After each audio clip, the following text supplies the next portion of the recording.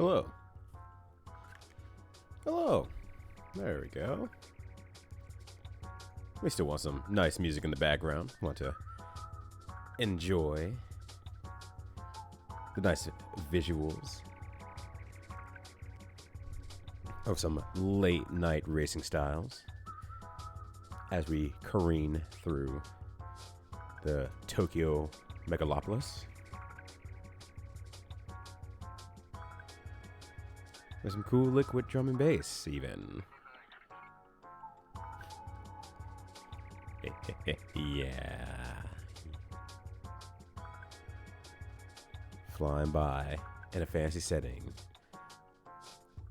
at 190 kilometers an hour.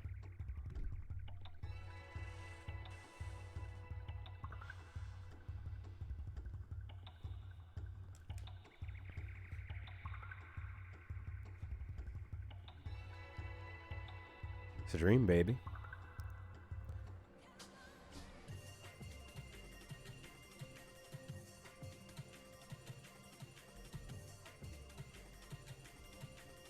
But hey, there's different ways to relax out here. In this workaday world.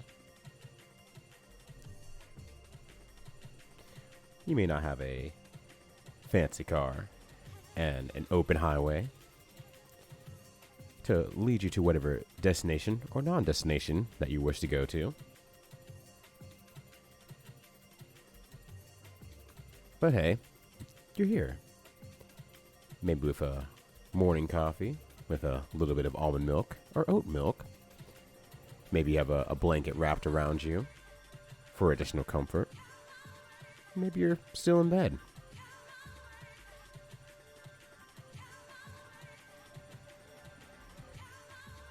However you choose to spend your day, ultimately make sure that it's yours.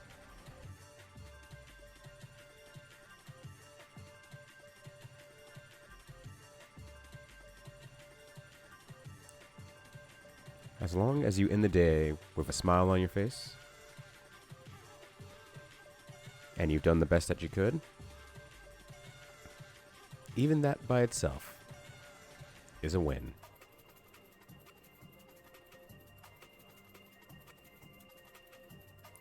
Hey, that's all right, Chris. The groceries will be there for you whenever you're ready. Do what you need to. Do what's best for you. I'm proud of you. Just in general. What's up, Petty? What's up, Chris? What's up, General Yeti? Hopefully you all are doing well. Don't mind me, I'm just enjoying the musical vibes. But we can get rid of it now. We can get rid of it now. We have important things to do. And by important things, I mean Monster Hunter requires a lot of money and items. And so what I'm going to do today is I'm actually going to spend a lot of time grinding. Well, not a lot of time, but I mean, I guess comparative to other streams, I'm spending a more focused like hour or 2 hours on just grinding up money, grinding up items, grinding up materials to get my Monster Hunter up to snuff. But instead of just doing that in the silence of my own home, I could turn on a video. I can continue to document my adventures through Monster Hunter Land. So I want to watch this video that I came across on YouTube actually just last night. I was planning to just watch some Kung Fu movies and stuff like that. But I came across this video last night just asking one of the age-old jokes on the internet that JRPGs always end in killing God. Or, you know, if you're in Pokemon, capturing God. Which is really fucked up. I think that unbalances the fate of the world, probably, but I don't know. I don't mess with Pokemon anymore. The last time I caught a monster, it was a science experiment. Alright, let's turn this off real quick here. The video's about to end anyway, so that's fine. Oh, no, it's not. It's just It's just thank you for watching it with 15 minutes left to go in the video, but that's fine. We can go ahead and close it down. There we go. Very, very nice. All right. The vibes are over. We can yell fuck as loud as we want to. Hopefully you all are doing well. Happy Sunday. It's great to see you all. Yo, Sabira, what's up? How you doing? I generally trust a 10-year-old more than I trust God. But the problem with the 10-year-old is that it's a 10-year-old with the power of God that he can tap into at any given time. That's the part I don't trust. 10-year-old, yes.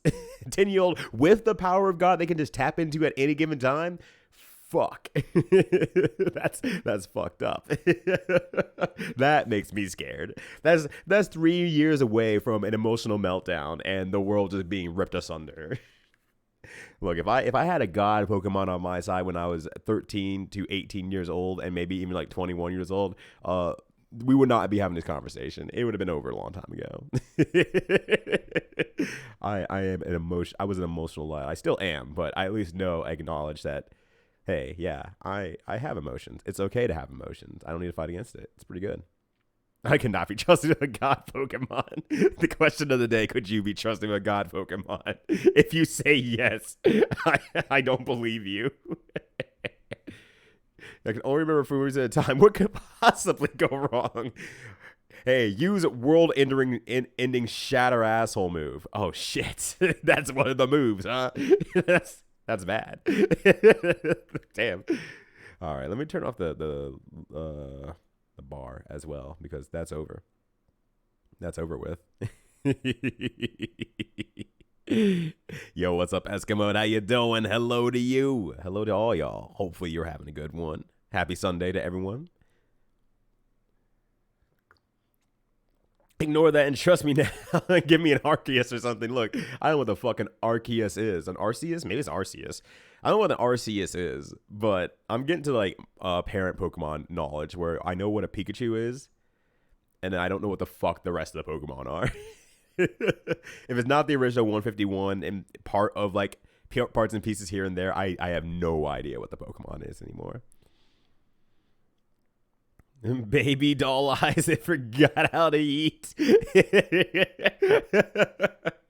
I take it that Arceus or Arceus, I don't know how I say it, is a dog Pokemon then. One of the dog god Pokemons. I've seen it before, probably in a video.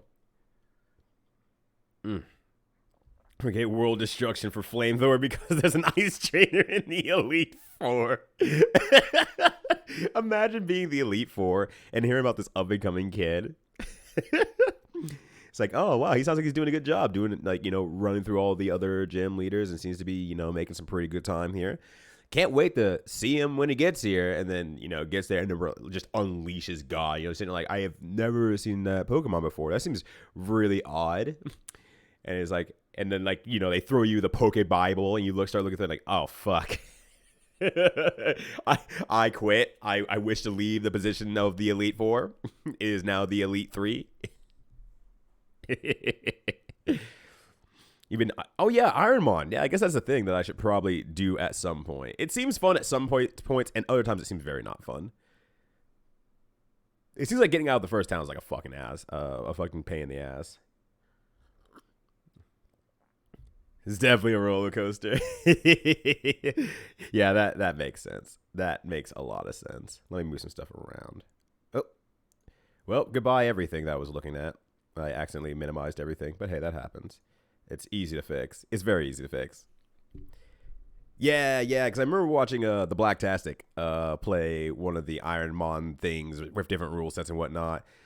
And there were like certain rule sets, like you can't like start with like a legendary or something like that either. So there were like additional rules. So some of the rules didn't even count. But that meant that there was potential for the other character to get that Pokemon too. So it was like a double pain in the ass to even try. So you just have to quit out. And then you have like one favorite Pokemon or something like that. I would probably just like shake up all the rules and was like, just get me the fuck out of the Mat Lab. Let me actually play the game. Because this is a completely new Pokemon game. I don't know what to expect. Yeah, black. Black. That was really fun though. I'm not gonna lie. Bobby's a show guy. He's really good at holding a show together. you know, regardless of doing literally the same thing for like, I think it was like 3 to 4 hours on him before he really made it out into the lab area. And it was still, I was having a lot of fun watching during work. Bobby's just absolutely fantastic. Bobby the Blacktastic, the Fantastic. You know, I'm going to shout out to Bobby. And Bobby's going to come back home and be like, who the fuck gave me a shout out while I was out of town and traveling? Blacktastic. Yeah, if you're not... Did I spell that wrong? Did I spell that wrong? Wait, what?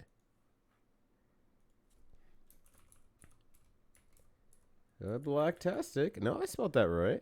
Maybe? Let me just copy and paste. Just to be sure. I cannot copy and paste either. I'm doing a terrible job. Huh? Okay, I'm doing it my way then. I'm doing it with my bot. Am I stupid? Wait, what the hell? Someone vibe check me. I'm sorry. This became very shocking and important. That is Bobby's channel, right? Am I stupid? I swear that's his channel. Am I just really fucking stupid? That's Bobby's channel. Why does he not have a channel? Shit. I didn't... Something definitely happened. I did not expect that to be how I ended up discovering that.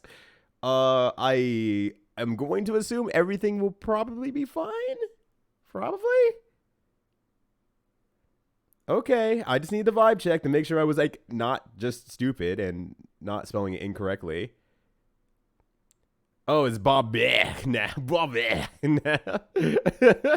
He apparently changed it. Oh, thank God. I was really getting scared. I was like, oh no. What happened at GDQ?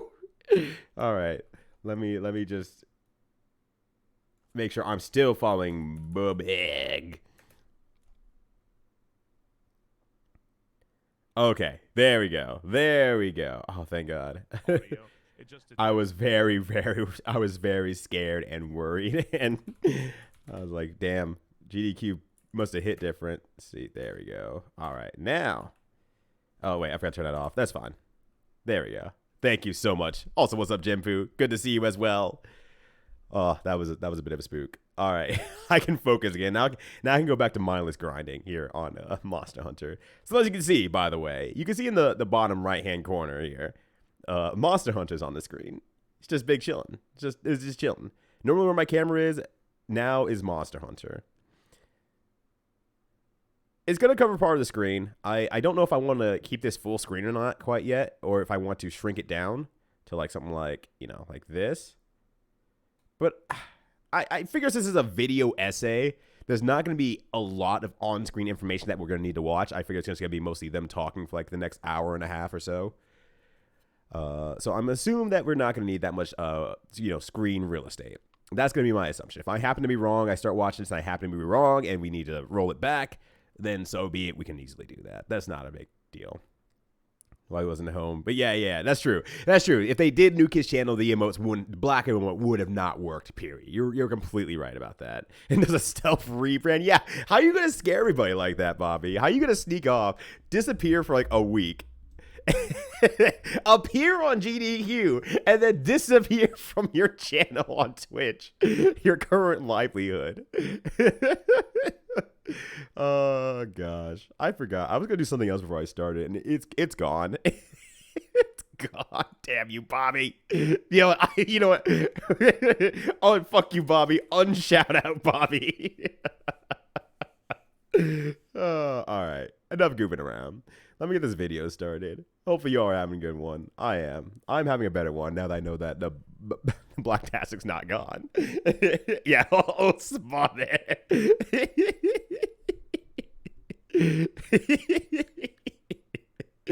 Oh, gosh. That's great. All right. Well, let me get this video started. Make sure the volumes are good. And then if we are good to go, then we'll just chill and watch and react to why do you always kill gods in JRPGs? Yep, I'm just going to be grinding money in parts. So I have my mini thing in the corner here. I'm going to assume it's not going to be very interesting, so I have a cool video up front instead. So that's right, Strong Bad Man. Also, what's up, Strong Bad Man? Good to see you as well. Good to see all y'all. All right, so let me start this video real quick. Obviously, once again, spoilers. I'm going to say it out loud, but keep it in mind. In fact, I'm going to go ahead and copy and paste this just in case. Persona 5, Final Fantasy 7, Chrono Trigger, Kirby. That's going to be a spoiler for me. And the Forgotten Land, because I have not played that, and I probably won't at this rate. Elden Ring, and I just don't care about Elden Ring. So, there we go. All right, sweet. So, yeah. Actually, let me put the whole message in here. So, spoilers for... There you go. So, if anyone else wants to have that in their back pocket for any reason, if someone's like, what spoiler warnings are there? And I'm like, it's for those games. There you go. All right. Now we're playing. It contains heavy plot spoilers for Persona 5, Final Fantasy 7, Chrono Trigger, Kirby and the Forgotten Land, and Elden Ring. There are lighter spoilers as well for many other Japanese games scattered about the video. So please proceed. That's what I assume, actually, General. Yeah, Japanese it's going to be that. Games, or JRPGs, All right. are notorious for their many I'm going to get started as well. gigantic unwieldy weapons, level grinding, complicated plots, and funny hair among them. However, one trope in JRPGs that has always stood out to me is how often you end up fighting a god, usually as the final or secret boss of a game.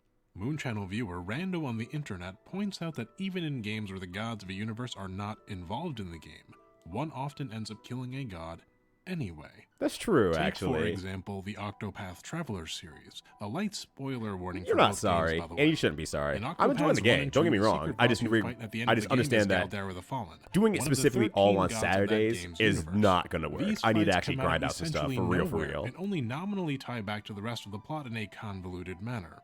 Why even My game bother sound isn't on, shoehorning right? a It should god not fight be into on, these but games? just to make sure, What's it's not the on, point? correct? Why does seemingly every JRPG from Dragon Quest to Chrono Trigger to Final Fantasy to Pokemon to Persona feature god slaying? Chrono And Trigger is this doesn't trope even limited kill to a just JRPGs, god. or is this just a Japanese game trope in general? I'm thinking After about all, it. That's you not kill necessarily gods in god, Kirby, in I Neo, don't and in think. Elden But Ring whatever, we'll as get there. Well, the answers here are surprisingly complicated, Cool, especially perfect. if one is only familiar with a Western cultural context. Eastern philosophy and religious tradition views gods, immortality, and deification in very different ways than Western culture does. True. I'm going to forewarn you that this video starts off quite heavy in the history, and then gets quite philosophical by the end. No, fuck in me the with your process of history. discussing this topic, we will be Fuck me exploring with your very heavy big, themes thick history. like nihilism, social isolation, and economic turmoil.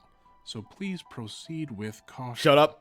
God's playing Shut up, in Samir. Japanese games and media Shut up. comes from a cycle in I didn't say that. Japanese history of Eskimo said false that. gods, What are you talking about? corrupted utopias, gods being overthrown and new gods taking their place.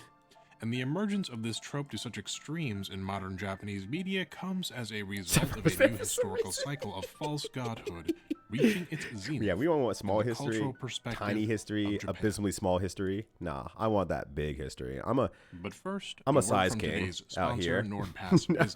I want that If you big are like history. me and you run your own business, We're you know talking how about hard it killing is to God. We're keep track thinking of about many killing accounts God. and passwords We're not you killing have God while yet, keeping but those we're accounts thinking and about killing passwords God. secure at the same time. What's up, 20? How you doing? Paralegals might need access People to are the trying to office's kill me. copy electronic filing 20, or pay 20 service, yesterday. Oh or my CF. God, don't say that I'm How can I keep muscular. these 20 today, incredibly I'm a accounts fucking secure god. while also giving my staff the access that they need? We don't know what the fuck Well, 20 answer is. 20's a NordPass Pokemon. Business. NordPass Still a allows god, you to but store absolutely and access adorable. your online Would pet accounts from 20. anywhere. It keeps track of your passwords without needing insecure Besides King solutions Slay, like hell notebooks yeah. or posters. Look, I know what I want in life. NordPass can also autofill Chris, I payment thought you were at the grocery store. What happened? What are you doing and you here? can give and revoke rights to different accounts with just the click of a button. Don't you say, man, what?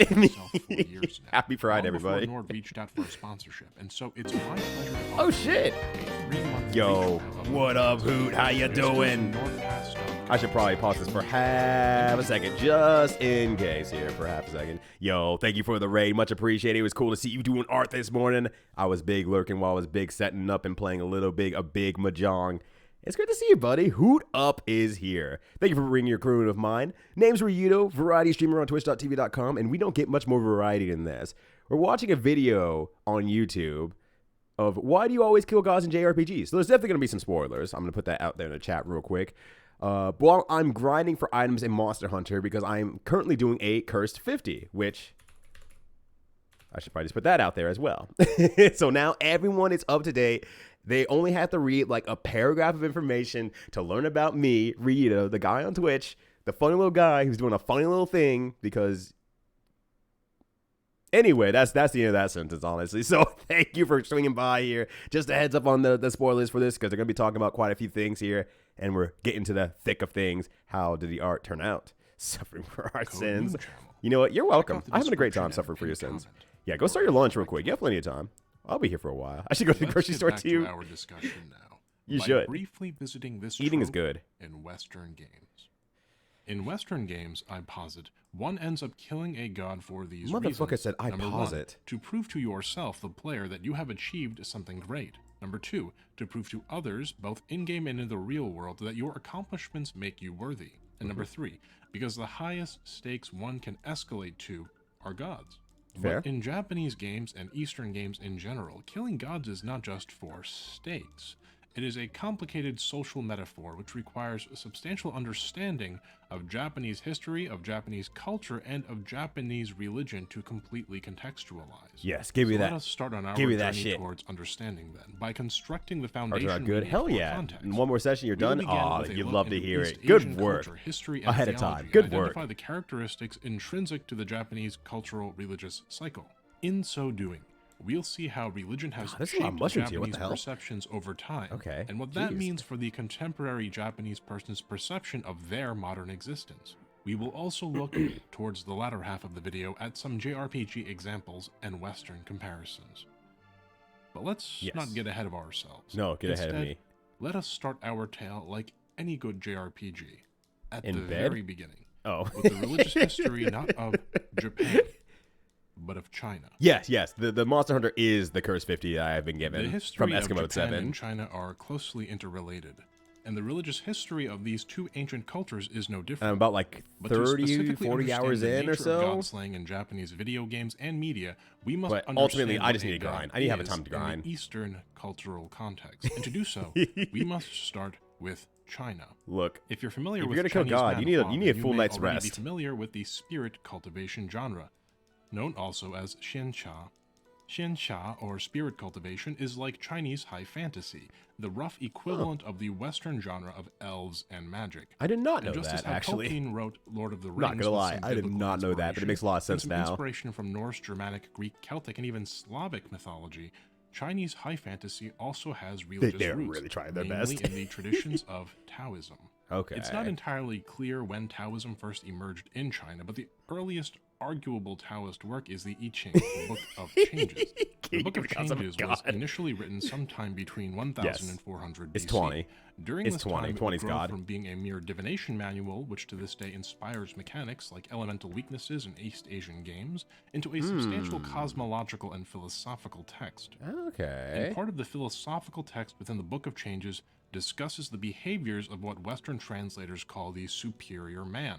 In Chinese, however, it's translated more literally as Jingzi, a prince or noble youth. It's trying so hard. It is from this root that we see the idea of the immortal emerge into the Eastern religious tradition, intermixing along the way with Buddhism emerging They have to explain India. from like in the East as it was in the West. A historical religious standpoint, why gods are always at the end of JRPGs. So, you know, in which the who knows? This video might suck. I don't know. I don't know yet. With Sangdi, or the highest god, at the very top of the hierarchy. Chinese shit sucks, we hit the bricks, but it'll be still a learning experience. Divinity inherent to the world. All godly things are of Tian, meaning heaven. Heaven, yep. All divine things are of Sangdi, of the highest god. As such, it is not quite accurate to refer to Chinese deities as gods per se. They are more like divinities, revered more like forces of nature traditionally, as opposed to like independently personable entities in the way that Zeus or Poseidon may have been revered by the Greeks. Okay, and where there is a hierarchy, there is a ladder to probably climb like 2 hours, I'd say. About 2 hours. Also see some Confucianism creep into this video is about an hour 30, and then I already dick around for like 20 minutes, so probably 2 hours. The Western tradition, with some exceptions, which we will get to, it is not only possible to climb the divine ladder by one's own strength and wisdom, but it is also righteous to do so. In East Asian mythology and religion, so always this a personal climbing growth. of the divine ladder Does is make sense not about Great the Goku. exception, it is the rule. This trope of great people Goku, I mean, to godhood really, is present in the earliest texts we have concerning Chinese religious practices. Take, for example, the legend of Shen Nong, translated in English as the divine farmer. Shen Nong was said to have invented the hoe, the plow, the axe, agricultural He's a super sandwich. the Chinese calendar, and Chinese traditional medicine, amongst many other things. Young Ryudo. Nah, you got the wrong guy. And Japan, What's up, Zappa? To this day, How as you a doing? deity for his contribution. We can also look at an example us gamers might be more familiar with. The Chinese god of war Guan Yu, or Guan Yu. You might already be familiar with Guan Yu due to his portrayal in the Romance of the Three Kingdoms. Oh, got it the third time. And its various iterations in media, including Dynasty Warriors. Ancient Rito Spanish. There we go. That's me. To have been one of the greatest warriors of the age, a match for 10,000 men in battle. The term 10,000 or wan, often used as a stand-in for some uncountable number. Oh. Guan Yu died a great warrior. I don't know anything about like higher placement on the Chinese history and like, you know, Romance of the Three Kingdoms and stuff like that. I don't know jack shit. The second emperor of Shu Han gave Guan Yu the title of Marquis 4 decades after he passed. 600 years or so later, during the Song Dynasty, Emperor Huizong bestowed the title of Zonghui Gong, translated roughly to Duke of Loyalty, upon Guan Yu.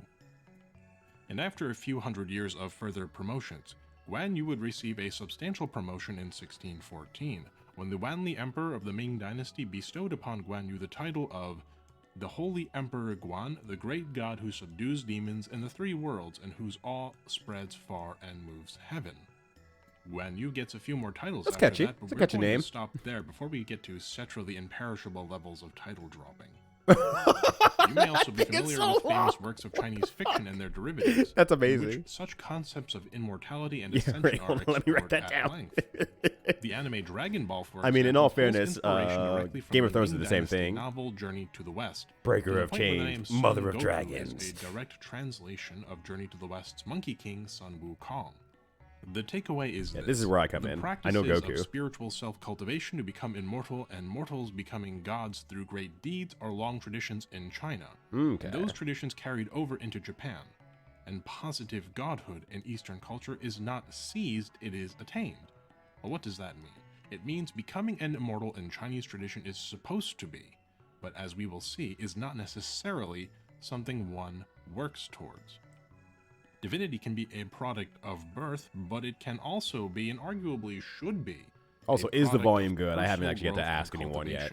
Is the volume actually good? Cultivate your chi to the point where you are immortal and divinely powerful. You can achieve such prowess in combat that you become the god of war, and this is considered more righteous than simply being born great. Yes, fine, perfect. Thank you. But how did these okay, so traditions then get to work Japan? to becoming quote-unquote a god. Do they influence the trope of basically, it's just being real fucking Japanese sick at RPGs something, like almost unhuman. Let us move forward from ancient China now to ancient Japan. At least in China. That's actually really cool. I need to learn about Japanese Chinese religious history. Holy shit. That's actually super adopted cool. Written language J-Rock the sometime god, around exactly. The start of the 5th century AD, a period known as the Asuka Jidai. What records we do have of early religion in Japan comes from Chinese accounts, including the account of the famous Queen Himiko, the first recorded ruler of Japan, who was said to be both an unmarried queen and a powerful shaman.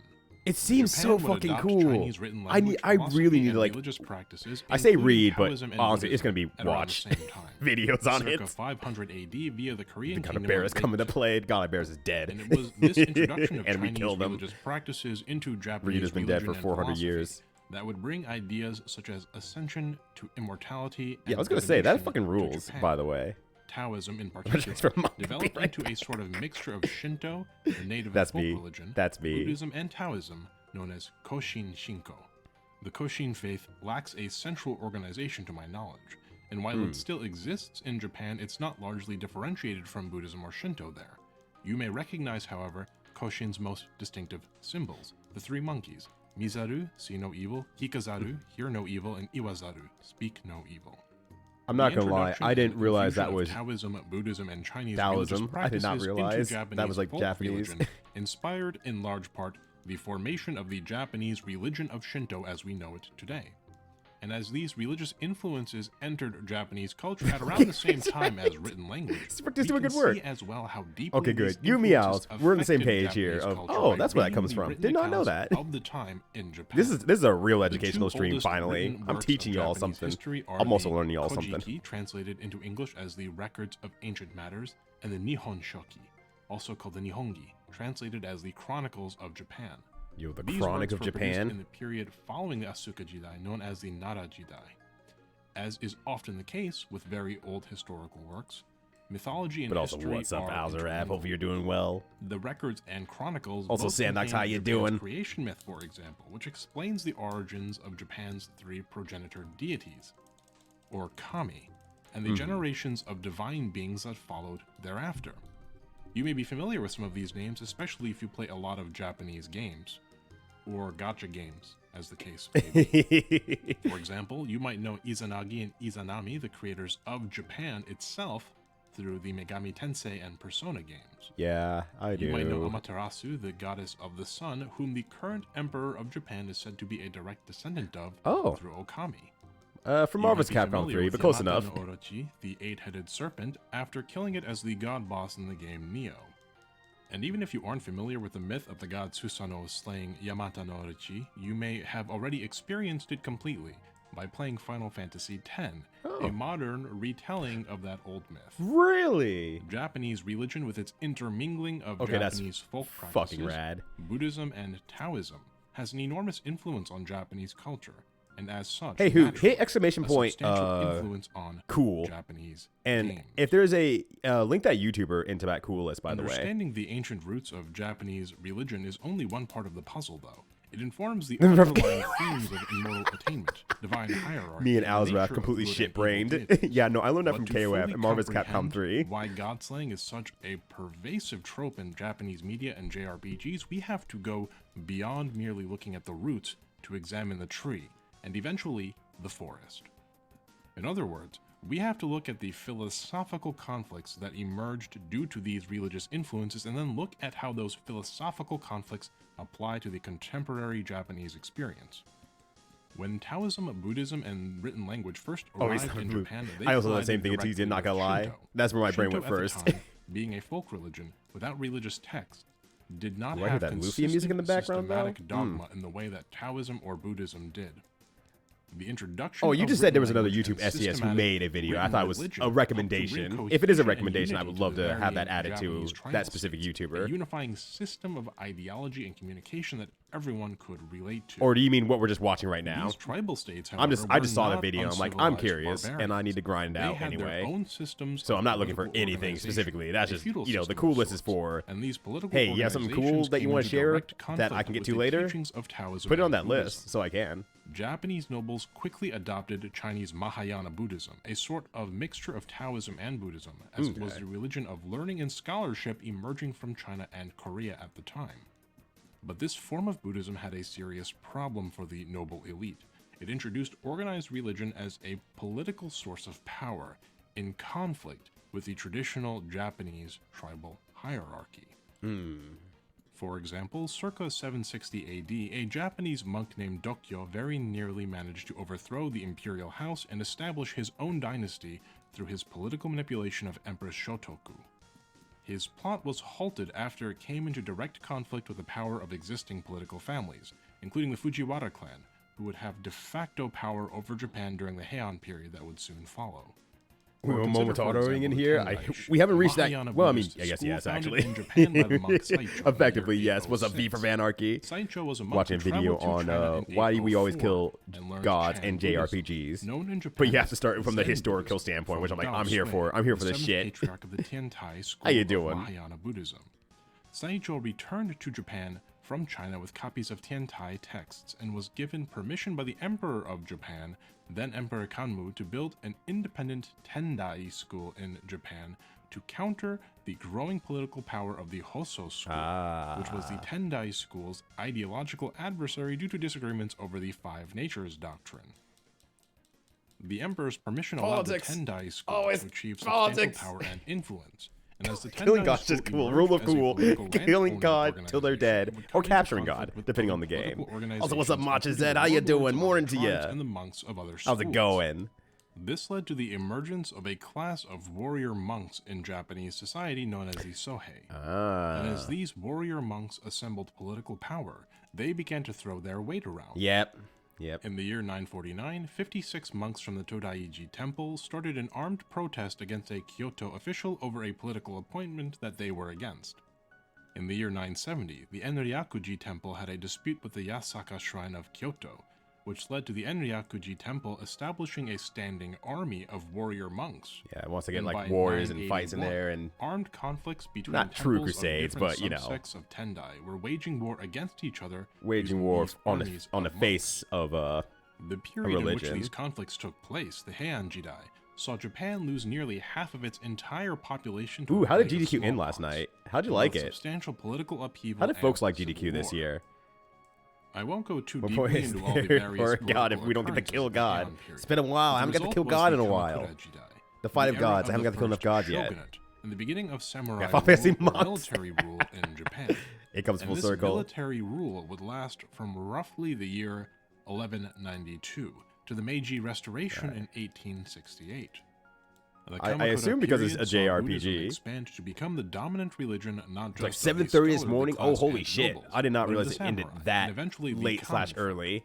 But just as how Buddhism caused political upheaval for the upper classes in the form of new political organization, Buddhism also galvanized the lower classes. Remember how the blending of Taoism with its focus on immortality through personal enlightenment intermixed with Buddhism?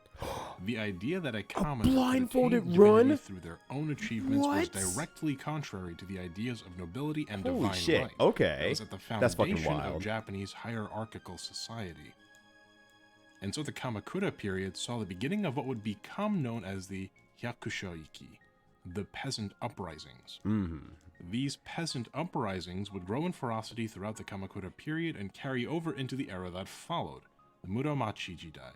The Muromachi period included the famous Sengoku Jidai, which was known for its century-long civil war, and one of the factions of this civil war was a Tendai sect of monks, who ostensibly represented the interests of the common people, called the Iko-Iki.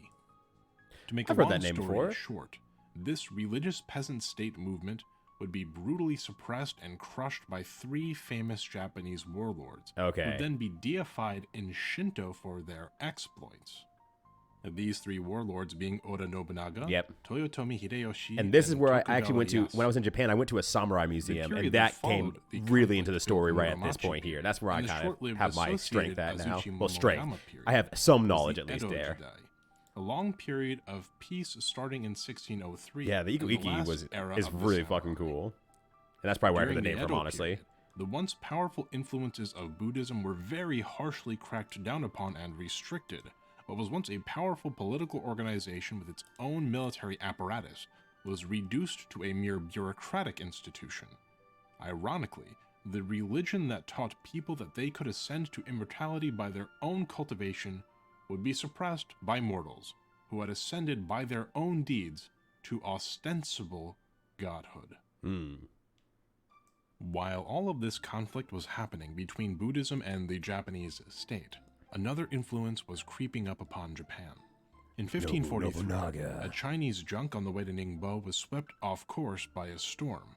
The ship was carrying a crew of over 100 people, and amongst those people were a few Portuguese traders. Including Antonio Mota and Francisco Zé Moto.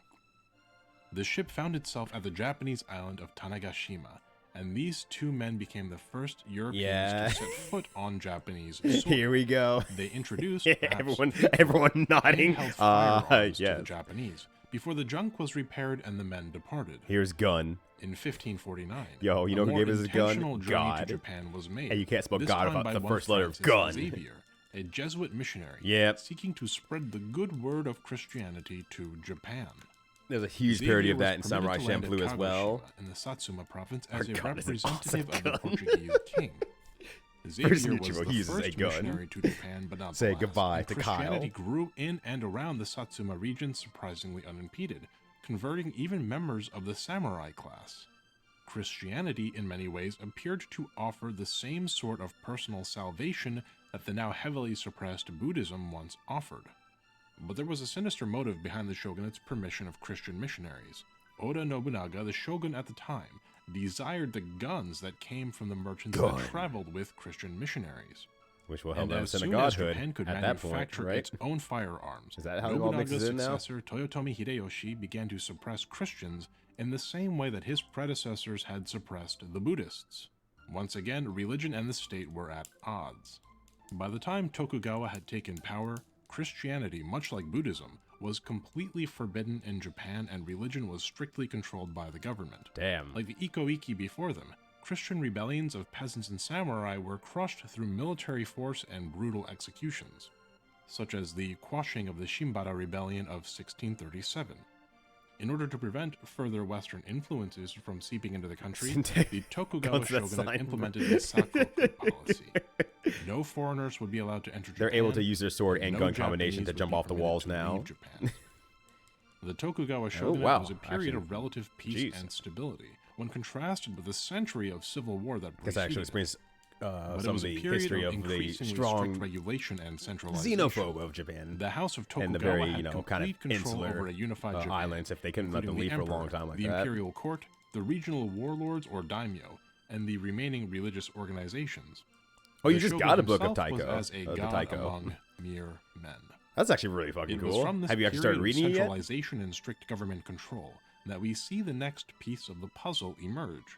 The shogunate brutally oppressed religious influences in order to prevent religious organizations from challenging its power amongst both the elite and the citizenry. It's Pokemon. But the people still needed to believe something, and the institution of religion offered bureaucratic benefits. The Jaws of our the shogunate began to absorb those religious institutions and true, Petty. Very true. Religion and the state gradually very became true, a actually. entity, vast, unwieldy, and unstable.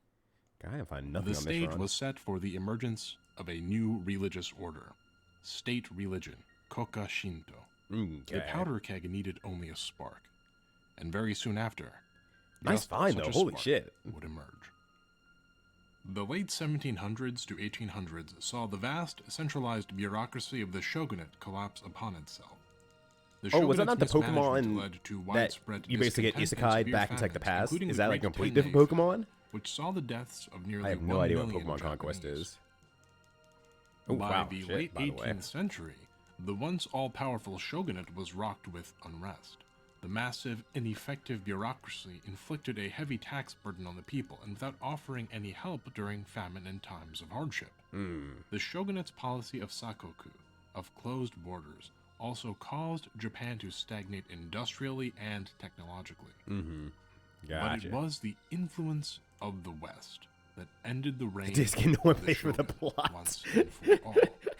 Japan had many goods that captivated Western traders, and Japan had a substantial untapped market, ripe for the sale of Western industrial goods. But no matter how hard Western merchants begged the shogunate for access to Japanese markets, the shogunate refused.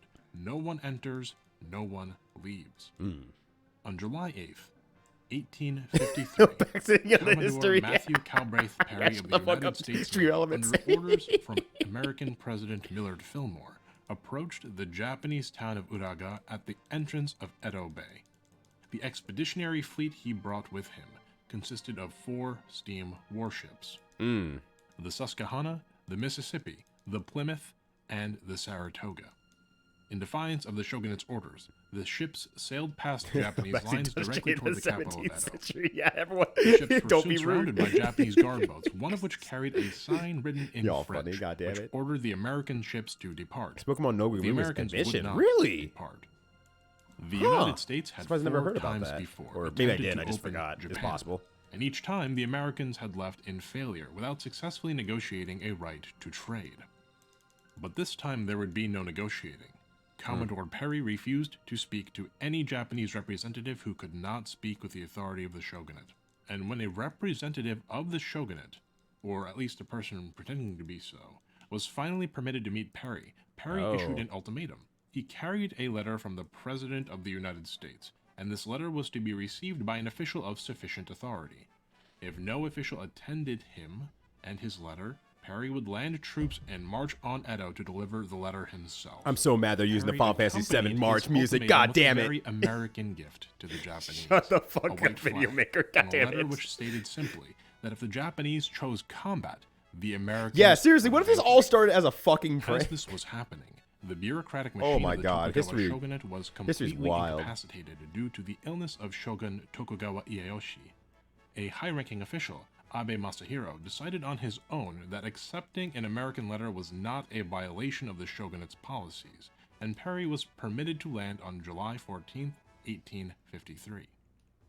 Perry marched ashore with 250 sailors and marines after a 13-gun salute from the Susquehanna.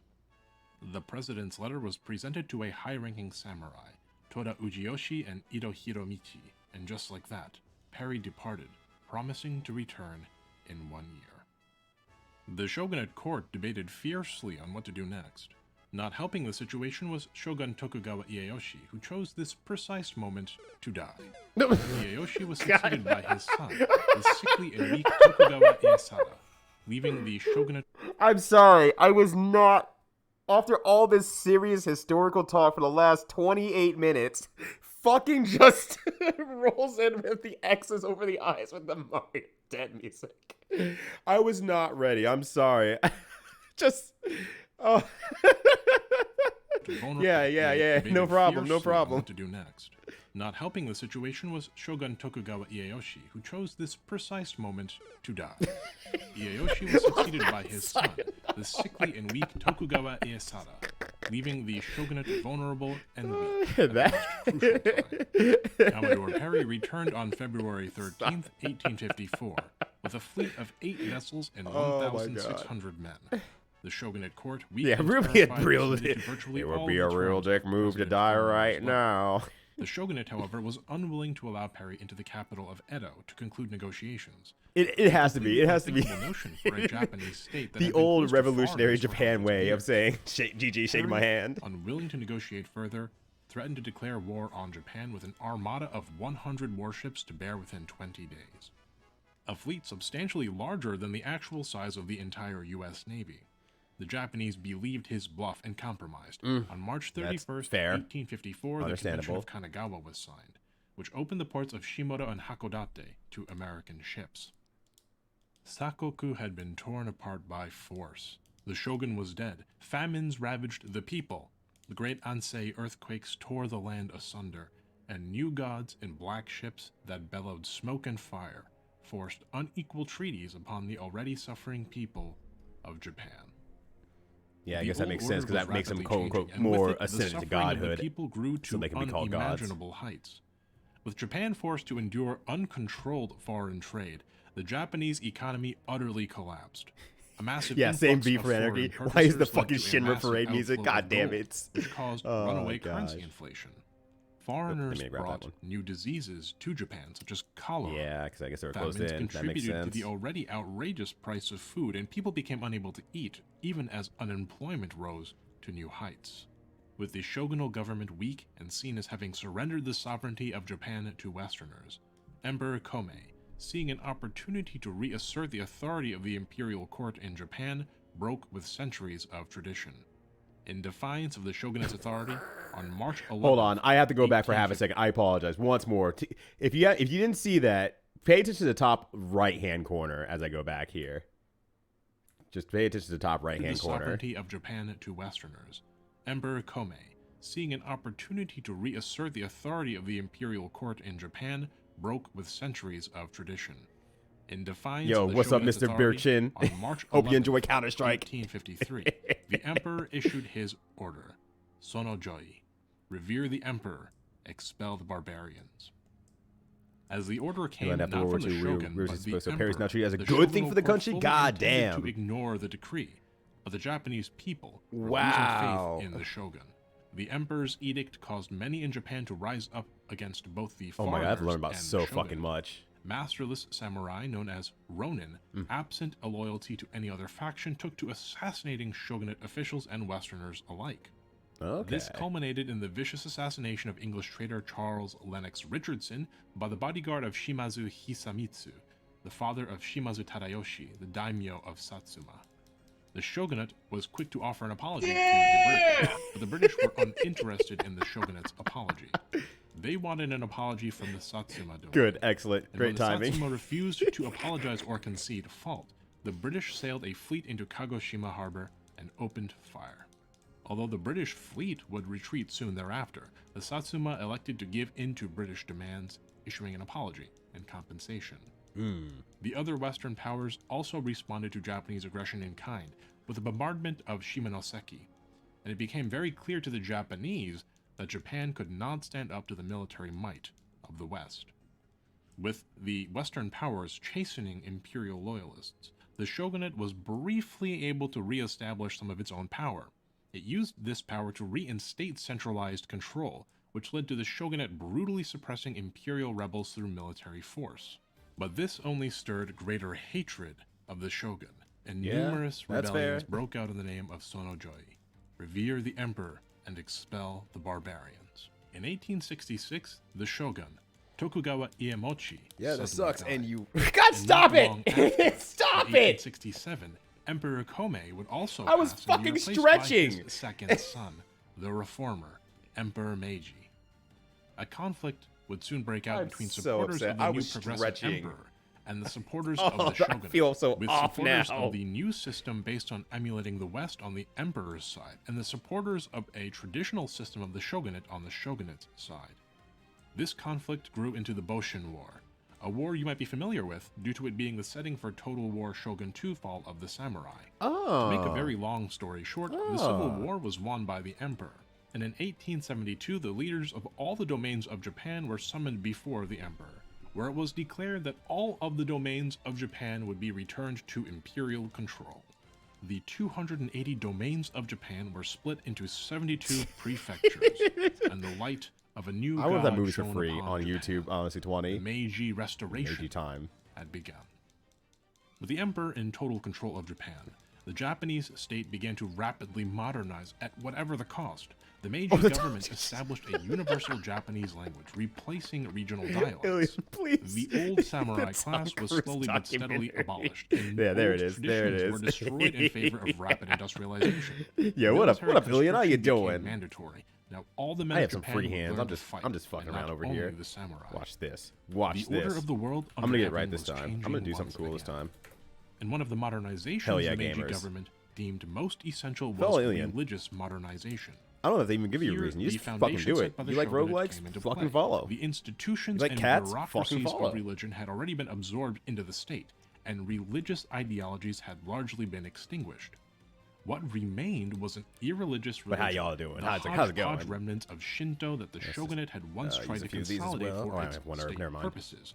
The Meiji government shaped this religion into a new faith, Koka Shinto, state Shinto, where old Shinto revered many spirits and deities and saw the emperor as being a divine representative of a more pantheistic. Very unfortunate about Kishin because damn, Shinto, state reveled in that throughout my childhood a lot. It's like, oh, long run that sucks.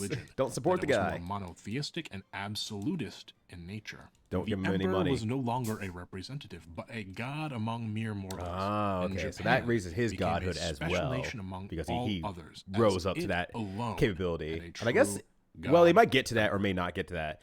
But I guess that's kind of where like the emperorhood lands nowadays. That created a new god from the ashes of old Japan. Because I think emperors as well in Japan don't have true political power. They're just kind of held up as the emperor.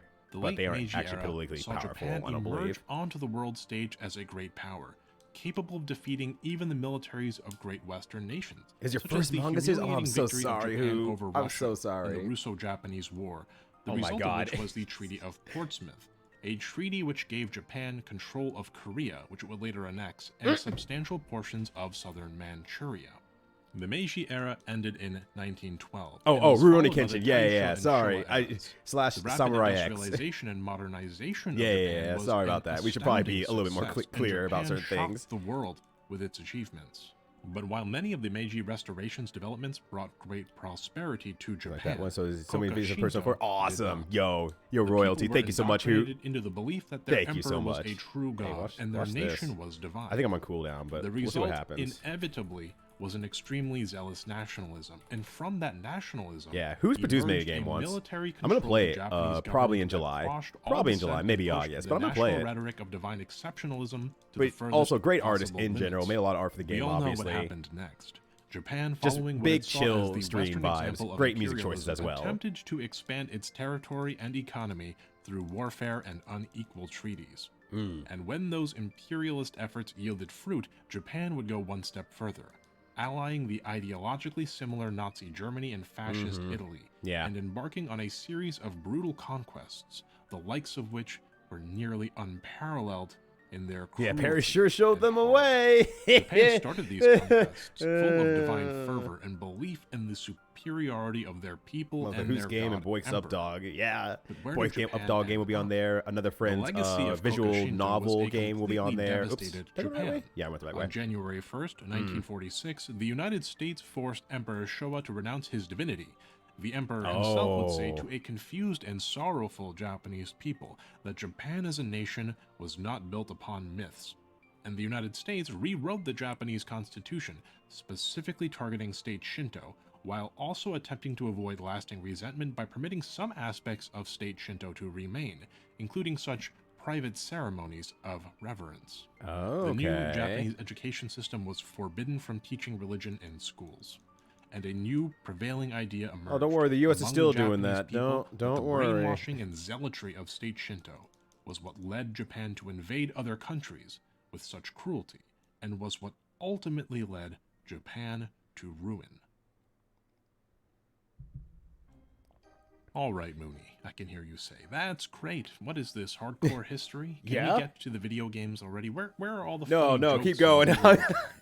You already did the funny jokes and visual gags. Too many funny jokes to come, but you did great. Keep up the good work. We've gone through a lot of history, so let's summarize before we get to modern times and eventually to JRPGs.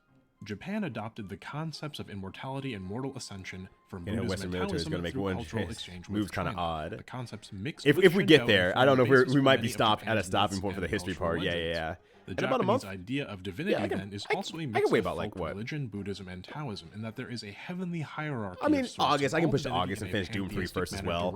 Like that's fine. In some form. The organizations of religion develop political power and come into conflict with the state.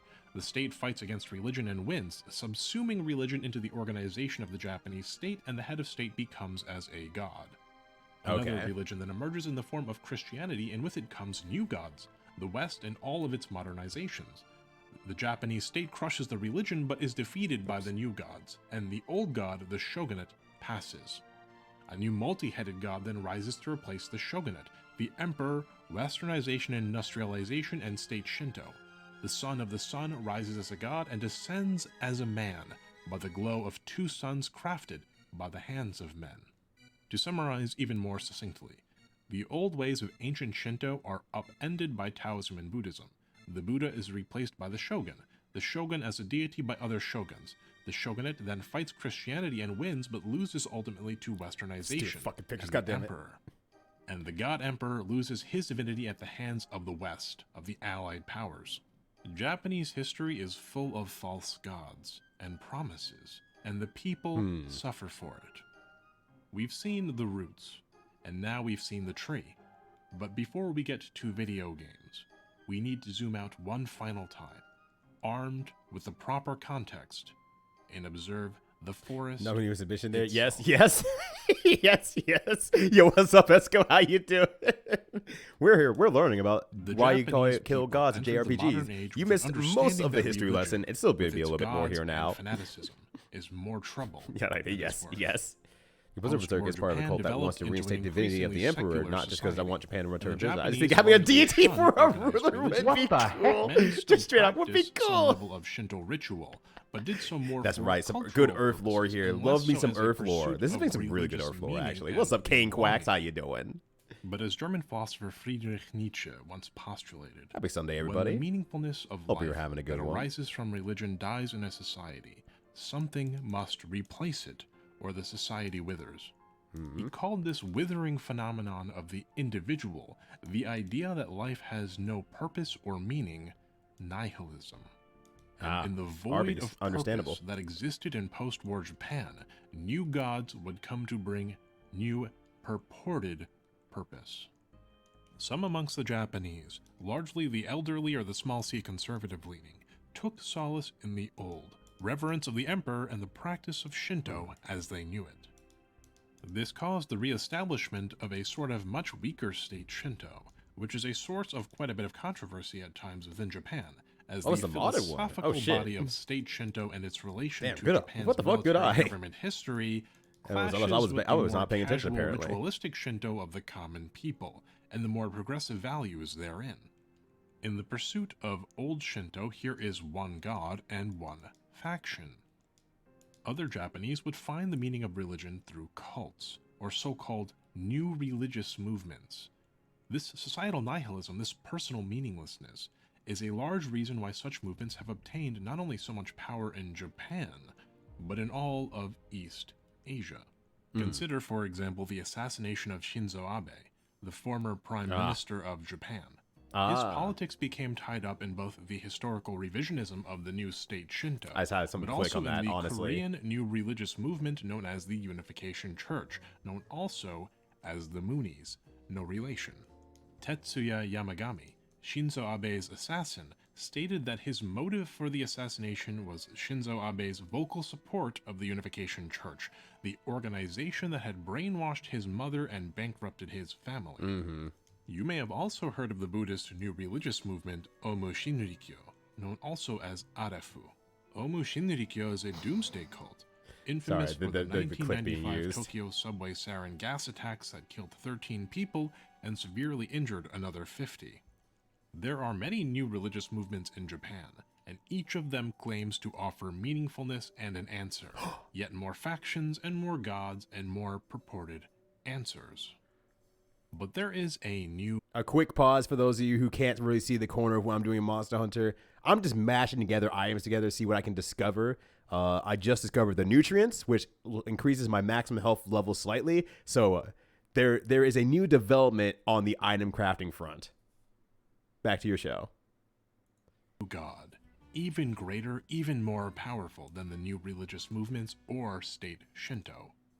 And that God, in post-war Japan, is capitalism. Yeah. The Japanese economy was in total ruins after World War II. The Japanese people had their meaning of life ripped from them by the victorious Allies. No more God Emperor, no more state Shinto, no more military government. The Americans, though, gave the Japanese a new purpose. By the end of the American occupation of Japan in 1952, Japan had successfully been reintegrated into the global economy, with new economic infrastructure and a revitalized national did do a lot of industrialism. Japan's economy improved with incredible and unexpected speed, a phenomenon which has since been called the Japanese post-war economic miracle. Yeah, because I guess they're chasing godhood at that point. So, like some mysteries of that, history of that, somewhat, like mentality-wise, I should say. What is relevant is that Japan's economic model and growth led to what seemed like a new golden age. Capitalism, the same guy who's the new current god, coast leader. The They're saying, "Don't worry about it, it's fine." Yeah. Also, what's up, Despy? What's up, Metabot? What's up, Nelson? How you all doing? The Japanese economic miracle occurred in 4 stages. The first stage was the recovery Reminder phase, that I'll be on Thai stream on Wednesday with Metabot, and I will be teaching Thai and Metabot how to speedrun elevator action returns, so definitely join in on that if you get the opportunity. I'll just do a quick shout in case you're not following Thai Tuesday for some odd reason, but we're like, our follow groups are like pretty much the same, honestly. Exploded, and Japan rose to quickly become the most developed country in East Asia once more. Prime Minister Hayato Ikeda is often credited as being the master architect of this period of growth. Ikeda pursued both a policy of heavy industrialization fueled by generous government loans and a relaxation of anti-monopoly laws. The repeal of these anti-monopoly laws permitted the rise of massive business conglomerates from the ashes of once large business families or zaibatsu. Makes a lot of sense now. These conglomerates are known today as the kairetsu. In the heavenly hierarchy of Japanese capitalism, you're going to fight. Like the chief god. Just saying like, today I'm going to fight Ryudo. Goodbye. Goodbye, Ryudo. Say goodbye to Ryudo. A study was conducted of the Big Six Kairetsu, the 6 largest conglomerates in Japan. Only 0.007% of the registered corporations in Japan were members of the Big Six, but this tiny number of corporations controlled nearly 20% of all capital and nearly 17% of the country's total assets. Appropriate Shinra music being used here. Large conglomerates. I'm in the area. Better watch out. Better grab your nearest weapon. They are not, for example, like Apple or Walmart, giant centralized entities. Kairetsu are more like webs, each point of the web representing a different entity that builds the body of the Kairetsu. At the very center of a Kairetsu is usually some kind of financial institution. Take, for example, Mitsubishi Group, whom you may know for their cars. And if you are a World War II, you do very much at all these days. Okay. Well, I mean, you still got a shadow anyway. Mitsubishi is not their motor company. It's actually their bank. Too bad. Too fucking bad. I'm clicking the button too. What are you gonna do about it? It's actually the 6th largest bank in the world. You should post more about Yoshi. Hell yeah. Total assets are Chinese state-run banks. What's up, Grassland? Yeah. No, it's got a few car factories in there. It's the next level of the Monster Hunter leader guy. Mitsubishi. Mitsubishi is larger than Bank of America, larger than HSBC, larger than Citigroup. It is larger than Lloyd's and Goldman Sachs combined. Yeah, and it almost says motherfucker. Mitsubishi Corporation like it almost says motherfucker. Japan's largest general trading company. What you know of as Mitsubishi Motors. Trying to sell Shinra merch? I did not realize that. Wow, that's and a actually larger really parent funny. company called Mitsubishi Heavy Industries, which includes Mitsubishi Motors, Mitsubishi Chemical, Mitsubishi Power, Mitsubishi Space Systems, and Mitsubishi Atomic Industry. That's right, the company that makes the car which just cut you off on the freeway, sounding like the scream of a howler monkey set to the ambiance of Beijing on Chinese New Year while barely managing 60 miles per hour, is also an atomic power company. That's an oddly specific example. You doing okay there, Chief? This might all sound a little bit familiar. Mitsubishi's just Shinra, yeah. I mean, you can move the letters of Mitsubishi around and spell Shinra. That resembles a Kairetsu like Mitsubishi in its scale, power, and control. In Final Fantasy VII, one of my favorite games of all time, the Shinra Electric Power Company controls the city of Midgar, and essentially the entirety of the in-game world. Despite being a corporation, it is in every respect that universe's de facto god. Yeah, I was gonna say that makes a lot of sense now. That exploits the good in the world. That's actually a really good point. Like a lot of false promises a false heaven, a literal promised land, built itself on a web of lies meant to suppress the people and give them hope and develop power, ultimately for Shinra. And this is not a subtle implication at all once you know the context. It's literally in the name. Shinra is made up of 2 kanji. Number 1 is Shin, meaning god or deity, and Ra, meaning in this case web or conglomerate. God conglomerate, the divine Kairetsu. Shinra. Mitsubishi and the other Kairetsu promised heaven to Japan. However, in 1973, the high increasing stage of the economic miracle came to an abrupt halt due to the 1973 oil crisis. In 1973, the price of oil increased from $3 a barrel to $13 a barrel. This caused Japan's production decreased by 20%, and led thereafter to tighter supply and higher commodity prices.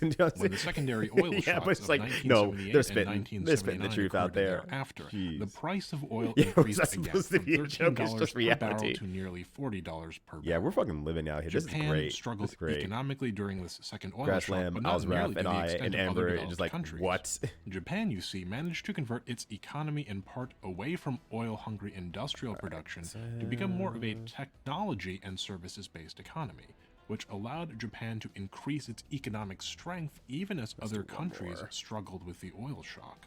This economic rise of Japan caused anxiety for, you guessed it, the United States. Now, at the time, the American perception of Japan's economic rise was not unlike the American perception today of China, as this unstoppable economic juggernaut destined to overtake the American economy if it continued to grow. In response to the Japanese economic threat, the United States waged what was essentially market warfare on its own ally, which culminated in the 1985 Plaza Accord, which significantly depreciated or lowered the value of the US dollar. What happens though when you lower the value of a currency relative to other currencies? Well, the competitiveness of the lower currency nation increases relative to other nations. This is why, for example, you may see American politicians complain about China's currency controls and how they affect American competitiveness. The Plaza Accord didn't just decrease the value of the US dollar, there's a sale on it caused the Japanese yen to shoot up, reducing Japan's competitiveness at a crucial time. And like Commodore Perry over 100 years prior, the United States threatened to pursue sanctions against Japan and threatened to open Japanese markets for US companies by economic force.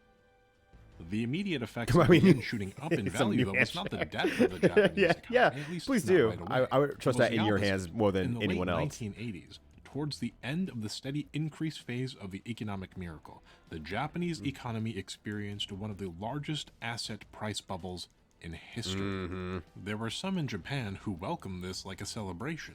Suddenly, everyone's money was worth way more than thus we before. got, Everyone's salary was worth more. basically Everyone's property the became whole extremely happiness valuable. era of city pop that we enjoy nowadays. Consumption reached never-before-seen heights in Japan. Because they talked a lot about that The high living 80s life and whatnot that came from this. saw And Yakuza 0 commercialization, also taps into city that as pop well. and disco, stunning fashion, Fucking talked high-tech about it. cities, Fine, cover Blade everything. Runner-esque Let me know nothing video. neighborhoods like Ginza Don't let me and have this Shinjuku. one. At the time, 9 out of the 10 largest banks in the world were Japanese, and half of the world's entire stock market And then Majima capitalization ruined was everything. traded on the Tokyo Stock Exchange. The New York Stock Exchange held only Damn it, 25% of video. the world's total in comparison. The greater Tokyo area Stop had being a so larger smart GDP and good at than this. the entirety of the United Kingdom. Oh, wow. The 1.15 kilometer grounds of the Tokyo Imperial Palace were worth more than all of the land in the entire state of California. Holy shit. This is the extent to which the bubble Sure isn't expanded. ever going to be true A again. short-lived era of unbelievable excess in Japan that is sometimes referred to as the It's bubble. related to some random subject. I'm not going to bubble tell you what it's about, actually, This then. was the I'm not going heaven to tell you what it's that about so you can Kairetsu get your mind blown, The Gad. utopia that capitalism had finally I want your mind fucking blown. until, very suddenly, the bubble burst. Juliana's disco was packed with people who thought the party would go on forever. They were about to experience the mother of all hangovers. In 1989, the Japanese Also, yen what's up, Quill? How suddenly you doing? plummeted in value, Yeah, it must have been a going great from time to be a an exchange Japanese of man. $1 to 123 yen in 1988 Ooh. to as low as $1 Okay. to 145 yen in September of 1989. Oh, there's something else here. Land prices in Tokyo crashed, declining by 4.2%. In 1990, the yen continued to weaken, getting as low as $1 to 158.5 yen. The Nikkei 225, a stock market index that tracks the Tokyo Stock Exchange, plummeted 35% in total value in 1990 and continued to decline in 1991. God the damn. rest of this economic story is one you may already know. Oh, she was After supposed to all, crash, if you were yeah. watching this video, you probably lived through it and have some recollection of it. Honestly, I Japan's was way too economy young. has been painfully stagnant, suffering from recessions, the effects of natural disasters, and poor government policy. So this is great knowledge for me. This Thank you. period of stagnation and recession was originally called the Ushinwarenta Junen, the lost decade of the 90s. Oh, But the lost decade. became Okay. the lost 20 years. I hear And that in a the lot about when we're talking 2010s, about this phenomenon generational, became known as the lost 30 years. And more folks, and commonly they're probably known he's probably gonna say the right lost now. decades. Okay, A I was quick ready for him warning to say it. before we continue. I'm going to briefly discuss Japan's ruling political party, the LDP. This discussion is strictly like, within what is a an historical anime? framework and The is fuck not is an anime? intended to be a political endorsement or statement for or against the LDP or any other Because political we party. because of this. Oh, The no, that makes a heaven lot of of sense actually, conspicuous Empress. consumption that Holy was shit! promised was Like a that makes a falsehood. lot of sense that you put that The out there. cycle of history. Also, what's up, continues. Empress? If I haven't said hi to you The yet. Kairetsu and the Japanese government that supports them, like the shogunate, like the military government of the emperor, are seen by many Japanese people as being rather myopic and inward-facing. The LDP, or Liberal Democratic Party, is the controlling here we go. political LDP, party of trash, Japan, and it is often seen Get as the trash. party of business, the kairetsu's choice. The LDP was formed in 1955 as a merger of Japan's two little c conservative political parties, the Liberal Party and the Democratic Party. Prior to the merger, the Liberal Party and Democratic Party each controlled the government one after the other, starting in 1949, essentially as an extension of the conservative imperial government that preceded it. Japan has free and fair elections. It is a liberal democracy built literally in the American model. But the Japanese people choose very consistently. Let me give you an informative example. The People's Republic of China, Communist China, was fully established on October 1st, 1949. Yeah. But Oh, the Abe, Little good C to see you Conservative here. Party of Japan has had control of the Japanese government since January 23rd, been a while. 1949. And arguably, if one accepts a brief period of time during which a socialist government had control from April 25th, 1947 to January 23rd, 1949, the Japanese conservatives have had power since the first election on April 10th, 1946. And even arguably before that, as the Japanese little c conservatives were also in control of the military imperial government. The Liberal and Democratic parties were direct offshoots, involving very often the exact same leaders of that military government, the legacy of which is still present today in the LDP. In other words, though we condemn the People's Republic of China as being a one-party state, the Japanese government has been controlled essentially by a single party since before the establishment even of Communist China.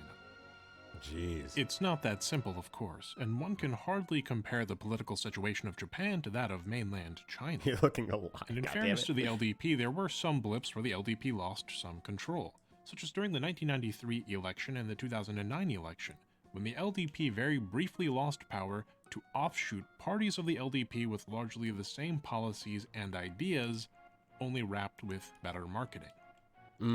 This is the setup, the backdrop, the complete context we need to begin to piece together why you always kill gods in Japanese video games. It started as a I'm waiting for trope Kat's built response out of now, like, Japanese what the fuck? historical religious experience.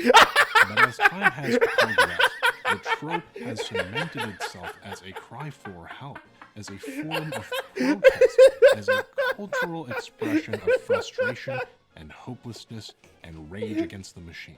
Because so many of you came in halfway. That's really good. The canopy of the forest, before we get finally to our discussion of video games. Never mind. Today already ruled, but now today mega rules. In the West, we are painted a very rosy picture of Japan. Beautiful scenery, futuristic technology, bullet trains, clean streets, and delicious food. I'm not gonna lie, I kind of half forgot true, to. in part. But it is not the Yeah, right? Gnome Zoom. What a corporations and capital took power what a world. in Japan, I do know. the LDP and the monopolistic kairetsu. A social And contract Game was well, hell yeah. a series of de Surprised I'm facto blind, modern commandments democracy one must across follow to various get into times. capitalist heaven. Seriously, in charge of dick as it is. Purpose, So we should kill him indeed, right? Got it, You nailed live it. your life for the company, and only the company. You are employed the moment you graduate. Yep. Shinsotsu ikatsu. Which, was a user levy S thing for a and long mass time as well. Of new students. And you work at the company for life. Shushin koyo. Wages begin low, but seniority is rewarded. You prove yourself through hard work, and slowly you become a senior. You prove your devotion to the company in exchange for its blessings. You sing the company song, you surrender your vacation days, and you work unpaid overtime. In exchange, you receive conspicuous consumption. But as the economy faltered and the lost decade stretched, so too did that social contract deteriorate. The corporations, bloated and fat from 50 years of uninterrupted growth, were old-fashioned and narrow-minded. The young people, I have a story about that as mobilized well. for I don't know if I should share it economic now or war later. As if they are soldiers, are pushed through So I have a friend who's hellish, experiencing a grueling lot of that school system. differential of Japanese age. students go to school at 6:30, start at 8, finish school at 3. Now, but while then it's topical, virtually good all point. students continue thereafter. That's a fair point. It should be like a few minutes, but I have a friend who up until recently was working in a Japanese company. He has moved to another company, mind you, but they had a little bit of a shakeup on, you know, who's running certain leaderships in his department and everything like that. And they had a very old school guy come in. The old school guy was very much like, well, you know, Marissa over here is, you know, bending over backwards to do all this stuff for the company and for me and everything like that. And maybe if you put a little bit more effort in, I'll consider not firing you type of energy in there, which kind of like referring back to this is like, okay, yeah, if you have that whole old style of like you devote yourself completely to a company, you're there for so many years and you kind of quote unquote ascend to that godhood, then having that sort of mentality as you treat your other workers below you really makes a lot of sense. I think my friend was trying to, you know, tell me a little bit about it, but it's really hard to explain that sort of thing when you're in the situation versus from a historical complex, which stance, which I think helps out a lot. Yeah, you get dead-ended hard, and he's been really worried about that. He's like, I don't want to switch out of his job, go to this new job. The new job sucks as well, and I can't go anywhere because I am dead-ended because I showed that I've quit this Japanese company, a very big Japanese company as well, to go for this other position. So he's really hoping that it's just going to go well. But, well, the future is to come. He's taking the new position, and I hope he does well. Do bukatsu, after-school activities. The more serious students, which is all of them, will then continue to tutoring, cram school, or library study for the most capable. There may also be some extracurricular activities, such as instrument lessons or sports. I have seen some reports that show Japanese students actually work fewer hours on their homework than American students do. Why, this report says Japanese students only do 3.8 hours of homework a week. Oh, you see more moderate and forward-thinking business pop up in South Japan, but Korea they're small. Even more lenient with Japan homework business. at only There's still a place where you see your soul die. For move the to Japan Japanese to work and for an Koreans IT among firm, you will laugh at this chart, where employees could use the office and we get to play video games together on the big screen or whatever. You don't even get home until 10:30 p.m. attempting at least certain different aspects and whatnot. Music lesson. Many bukatsu even feature a nap time period. But also seeing like, you know, the same thing we see from like, you know, the Western side companies where it's like, hey, we just want you to be at the company as long as possible. Continue to work. By the time you are home at nearly 11 p.m., you have about half an hour to do whatever homework you can at the maximum efficiency possible. If they give me the time to actually do homework, I actually kind of like homework because I need that sort of repetition personally. But they don't give you the time to just do the homework. They give you way too fucking much. It sucks. No one wins from homework, it feels like. Even as a homework person who needs it, I'm like, you don't give me enough time to do this homework. For the sake of you just think I should just be fucking doing it, and you don't give me the time of the day to explain that. Yeah, seldom true or show why. Your summer break is spent half the time at school, taking classes that are supposed to be the student's choice, but are culturally mandatory. Failing to go will have school officials asking after your child and other parents taking notice of your poor parenting. You certainly wouldn't want to leave a bad impression that could even potentially find its way to your place of employment, would you? And without giving too much away of my own personal background, I have seen this myself. I have seen this and spoken to those who have experienced this not only in Japan, but also in South Korea and in Taiwan and in mainland China.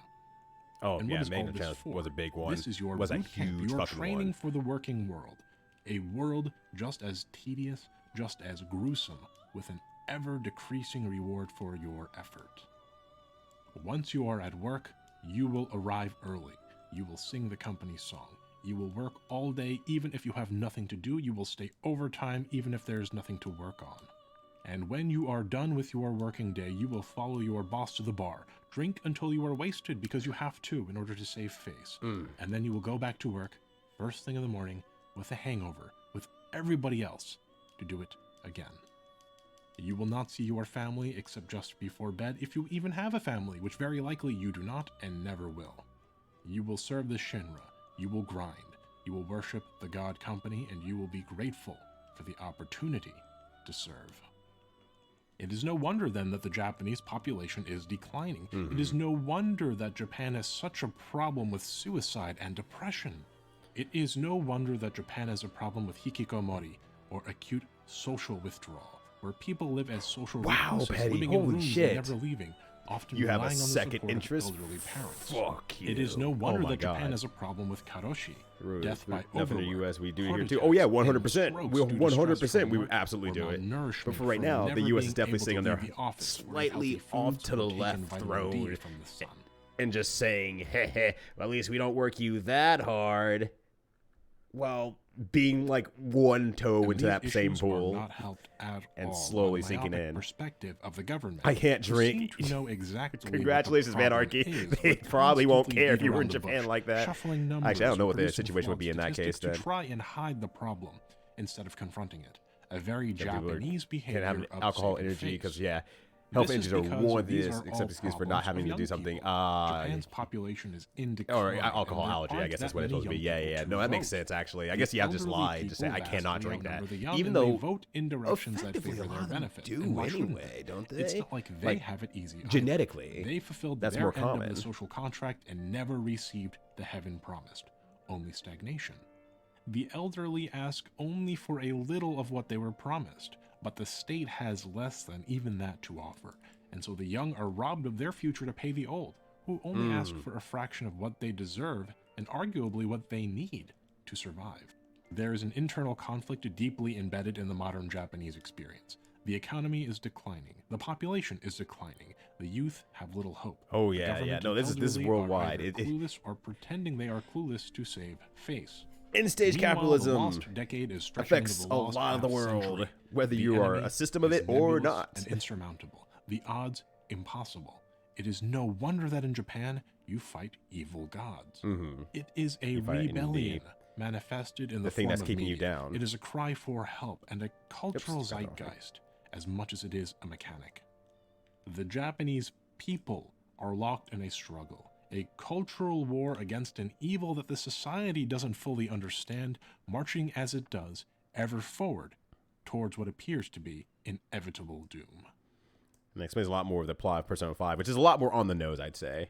Is a lot more on the nose, but really hits home to a lot of that as well. Scares one covered his face with his hat when he was getting interviewed because he got fired a few times for being known for skateboarding. Jeez. Game developers, the fact that hobbies are also being like ate up like that is like tend to be bonkers. The quirky ones of Japanese society, the ones that escaped the social contract, or at the very least most aware of it. And they are the ones who tell this story, the story of their lives, of their experiences, in the ways that they can. Even though they have a lot of issues in there in itself, that does make a lot of sense. For fear of bullying, for fear of being ostracized. They do not want to be targeted by those who have given everything to the false gods, and yet lash out because they themselves are insecure and afraid and need something to blame for that which they have been promised. Dies from overwork at a black company, got reincarnated to rule. They now live as they please. Oh wow! Received only suffering and return. Death by heart attack is more common now. Jeez. Let us finally. Yeah, when you're laying these things out, I'm like, oh my god, yeah. I'm seeing a lot of the parallels that are being put into these themes directly in different JRPGs. Okay. After that, we'll take a look at the original subject to identify the similarities and differences, while also identifying what we in the West can learn from Japan. Resident Evil was in their former life a proud capitalist. Oh shit. Okay, that rules. That actually rules, Nelson. Oh yeah, video games. Yeah, Final Fantasy video games is one of my favorite games of all also, time. Just in case, now that we finally gotten here, by the way, now that we finally gotten here, some people came in midway and whatnot. There will be spoilers ahead for the following games. I'm gonna put it in the chat here. Just FYI, in case you were really like, I really want to play Persona 5, and I mean, you should. You absolutely should. There's going to be some spoilers for games coming up here. I think we finally got to the point where I'm like, oh yeah, actually spoilers for games. I forgot about that. So FYI, keep your finger on the pause button or the mute button or something like that if you do need it. Just want to give you an FYI just in case. All right. So literally on the side, oh geez, Overlord is a dude is an avid play-to-win MMO gamer, and Tiny is literally on the side of Nazis. And just slightly into the right there, just side of Nazis. Western so that works out okay likes perfectly. To focus on the more obvious themes of the game, such as Avalanche and the environmentalist message of the game, while overlooking the more subtle themes that require some understanding of Japanese culture and religious history. That makes sense. That Shinra thing is blowing my fucking mind still. Now have. Final Fantasy VII is a game with 3 primary villains. The first is Shinra, the god conglomerate, representing the Kairetsu. I've never even heard of a large, all-encompassing company that controls the world. The second, and this is where the metaphor gets interesting, is Genova. Okay. An alien from a faraway place that interrupted the natural order of things and was purported to be an ancient, a blessing, but which turned out to be a poison and a curse, with its own motive of conquering the lands it arrives on. A new false god, bearing the name of the Judeo-Christian god, but Nova, Latin for new, a new god. And the third is Sephiroth, a child of Shinra and Genova, an entity that marries native problems with foreign ideology, the product of a conglomerate's hunger for power and the poison of an alien being infecting the world around it. Sephiroth is a metaphor for government. You may have noticed that very often in JRPGs, the unpronounceable name of also happens to be an alien. And whether this is a conscious decision or a subconscious projection, there is good reason a big for one that. There. Capitalism, individualism, conspicuous consumption, hyper-industrialization, these are considered by many Japanese as being alien to Japan. They are thought of as being introductions so that's where from the Lavos West, comes in. brought to Japan just 200 years prior. Like Genova, the Japanese perception is that westernization and capitalism was forced on Japan, and Japan adopted it to survive. It has lodged itself into the culture, poisoning everything around it with its influence, purporting at first to bring prosperity and a high age, a new Midgar, a promised land, it's like only to corrupt and intermingle with Shinra, Here's thing that bad. Sephiroth in its wake, and eventually a collapsed society, which Genova can then devour. This is a theme we see in a lot of JRPGs, all pursuant to this same theory. Lavos, an alien creature of immense power, comes from space and lodges itself into the world, poisoning everything around it. It purports to bring prosperity and a high age, only to corrupt and intermingle with the hedonistic kingdom of Zeal, corrupting Queen Zeal, and weakening the planet enough so that it can consume it and begin the process anew. The Greater Will, a cosmic force, an outer god, arrives to the lands between, bearing with it the Elden Ring. Skyward. It purports to bring prosperity and a high age, the age of the Erd Tree, only to corrupt those it would give power to, Queen Marika, the Golden Order, and the Elden Lord, so that it can consume that which remains. I'm sure you can come up with a few examples of your own. Again. It's the same story, the same metaphor used again and again in JRPGs and Japanese media. Damn. A false god and its corrupting influence, representing consumption and pursuit of capital. I'm learning so much. Like, a false everything's making promised sense heaven, now. like that of bubble-era Japan. A corrupt power, representing a government purchased and corrupted by capital. And if the false god is not stopped, a hellish existence thereafter. But not all JRPGs necessarily utilize the alien aspect, thereby tying the false god to the West. The most overt example of this metaphor that subtracts the false god as an alien from the West angle, I would argue, is Persona 5. Yeah, like I said, Persona 5 is very straightforward. Ahead, by the way. Yeah, serious I'll add spoilers. a chapter marker if you'd like to skip the spoilers. But please click away now. Queen of Mary, yeah. It was appropriate at the same time. In Persona 5, there is a cognitive parallel universe that exists alongside the real universe, and the collective public has a realm in this universe that represents their collective desires called mementos. When a person's unconscious becomes corrupted around a single powerful desire, that desire turns into a treasure and builds around it a cognitive palace to protect said treasure. Mementos, it turns out, is a cognitive palace for the entirety of the Japanese public, and the treasure at the bottom of Mementos is the greatest desire of the Japanese public. TF2 actually JRPG. Yeah, no, 100%. Like, so many people are behind him. Like, yeah, as Yaldabaoth, an evil god of control. It purports to bring about a golden age. That guy's ascended godhood. What it secretly desires. A world in which the public doesn't have to think for itself. The praise God. A social contract, if you will. It inserts itself into the capitalist system around it, of greedy and power-hungry people, and corrupts Masayoshi Shido, the Sephiroth of the game, the government product of the false god of capital and a greedy society. Yeah, it makes a lot more sense now that they've laid this out here, because it's a lot more. It's very straightforward. It's very straightforward here in this game. It itself into is just a Japanese society without any metaphoric obstruction. Sephiroth is bald. It results Sephiroth is bald. That's the fundamental breakdown. Sephiroth wears a wig. The god-slaying trope in JRPGs and the often repetitive plot that surrounds this trope is a critique and expression of life in modern Japan as told through the lens of a religious cycle of experience that has occurred in Japan since time immemorial. And this time, the corrupt old god bringing ruin to Japan is capitalism. The new heaven it promised, the conspicuous consumption of the 80s, has crumbled into the lost half-century.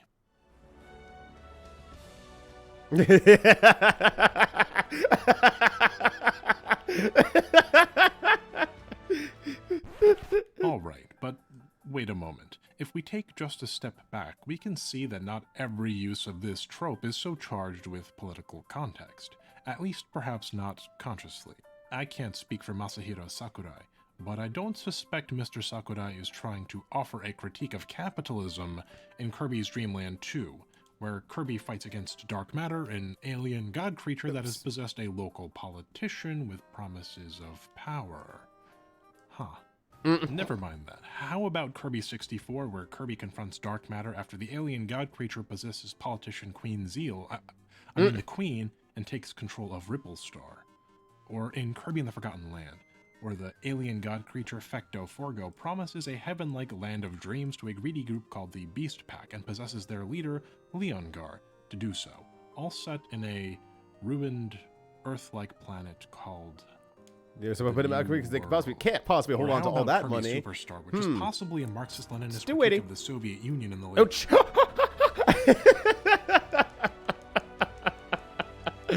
You know, maybe Kirby isn't the best counter-example. Or maybe I know, I really want to go back and re-examine some stuff I've played. You know, yes, that opens up so much more knowledge of, like, that's why, you know, their enemies look like this and our enemies look like this. 3 or Persona 5 or Kirby, I guess. But sometimes this trope is just a Atlanta 64. Okay, that makes a lot more sense as well.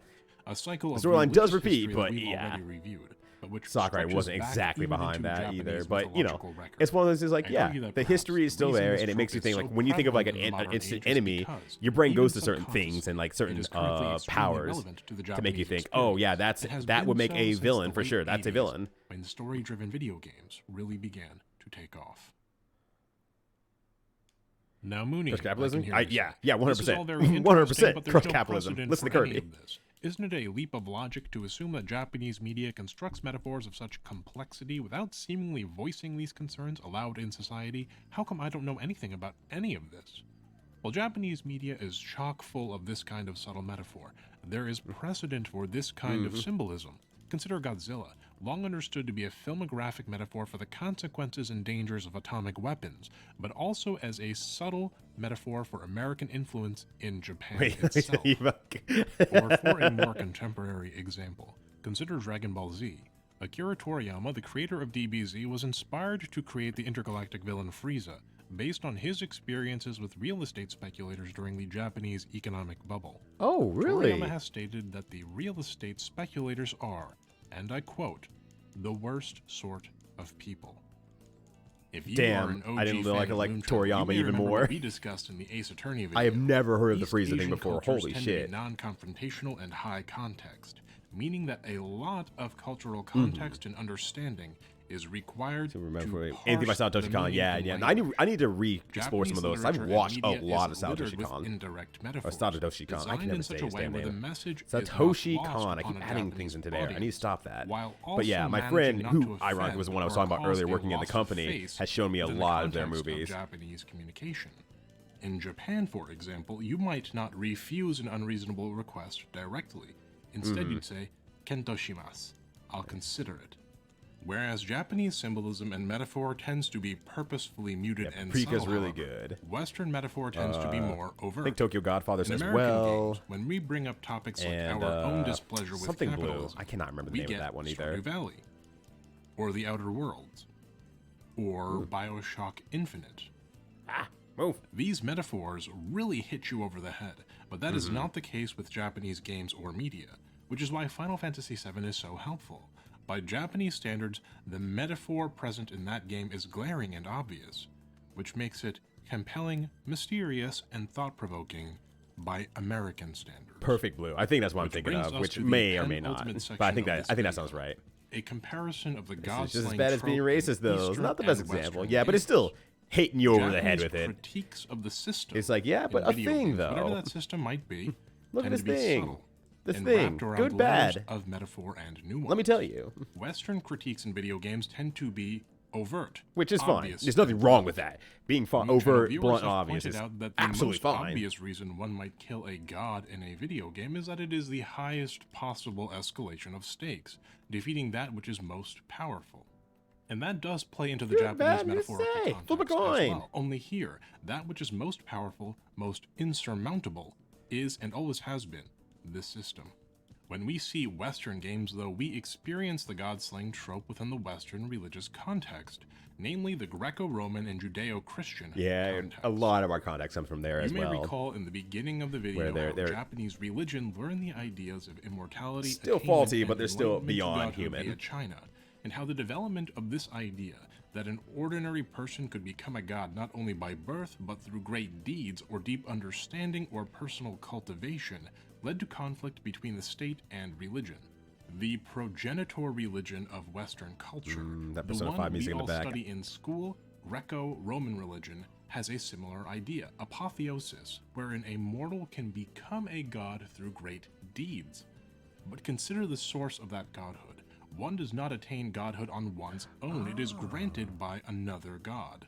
Consider Hercules or Heracles. Depending on the interpretation, he was part god as the son of Zeus, or he was granted immortality when he was swept away by my Athena favorite wrestler, Greco-Roman, on his funeral pyre, intending to burn himself to death. That people got it 100% done. Yeah, he was granted divinity after his mother grabbed him and Thanks. jumped into the sea to escape the wrath of Hera. Zeus has fucked a lot of people, both metaphorically and literally. Zeus has fucked a lot of people. It is not for mortals to attain on their own. Consider also I can't wait till Zeus gets pulled onto like Jerry Springer as like a sex very pest. Substantially shapes Western cultural perceptions. Even if one is not religious, one's cultural understanding in the West is heavily intertwined with Christianity. In all Abrahamic faiths, the only way to immortality is through capital G, God. For all the Christians out there, I'm sure you know the following verse by heart. It's printed on our soda cups, and it's written on the bumper sticker stuck to the back of your mom's You want to achieve Subaru some level of godhood, you have to be funneled through. God so loved the world that he gave his only begotten Son, and whoever believes in him shall never die but have eternal life. Immortality and deification in the West have a source. One is either born with it, or one is granted it by a god or the god, as the case may be. Heracles and Jesus, apotheosis and salvation. Japanese religious history involves a cycle of false gods, but false gods in the Japanese context, with all of the ambiguity baked into that idea, are not even possible in Western religion. Christian one challenge. is a god or one is not a god. One can be an evil god, but because godhood is granted Sorry, and not I struggle with the word, so you'll never no hear from me. Ambiguity as to who is or is not a god, and thus no place for subtle metaphor of this nature. Our culture in the West largely did not develop this nuance, and this is reflected in our video games. Kratos in God of War kills many different gods, and while they move the story along and help to develop Kratos as a character, the god slaying is not meant to convey some greater, overarching political message. You may have noticed, though, my own rather ambiguous language. There are Western religious traditions that are more similar to Eastern religious traditions in myriad ways, including but not limited to the idea that one can ascend to godhood on one's own by one's own merits. And not coincidentally, these religious traditions often find their ways to Japan and get integrated into Japanese games via popular culture. These religious traditions being, namely, Norse mythology, Jewish mysticism, and Christian Gnosticism. In Norse mythology, the gods aren't even immortal. They have superhuman abilities, but they derive a degree of immortality by eating special apples. Although the stories of Norse mythology are quite fantastical, the Norse gods can be killed, even by mortals, depending on the interpretation. And because Norse gods are a little more human, being killable, and with more human-like characteristics, Norse mythology shares some similarity with Japanese religion, thereby making Norse mythology more accessible to a Japanese audience. Okay. We see these similarities manifest in games like, well, Final Fantasy VII. Final Fantasy VII happens everything. The city of Midgar comes from the Norse Midgard, the realm of mankind.